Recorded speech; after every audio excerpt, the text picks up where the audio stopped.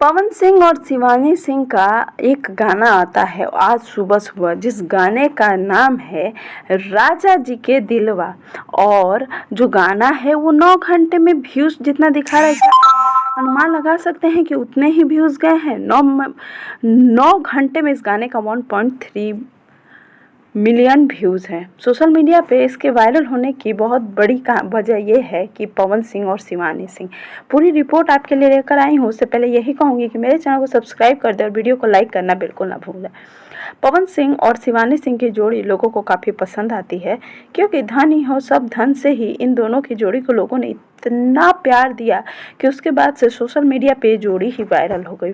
खुद शिवानी सिंह और पवन सिंह की आवाज़ के लोग दीवाने हैं, लेकिन इसमें जो एक्ट किया है पवन सिंह और क्वीन शालिनी, जो कि एक्टिंग ऐसे करती हैं कि पवन सिंह और उनकी जोड़ी धमाका कर ही जाती है।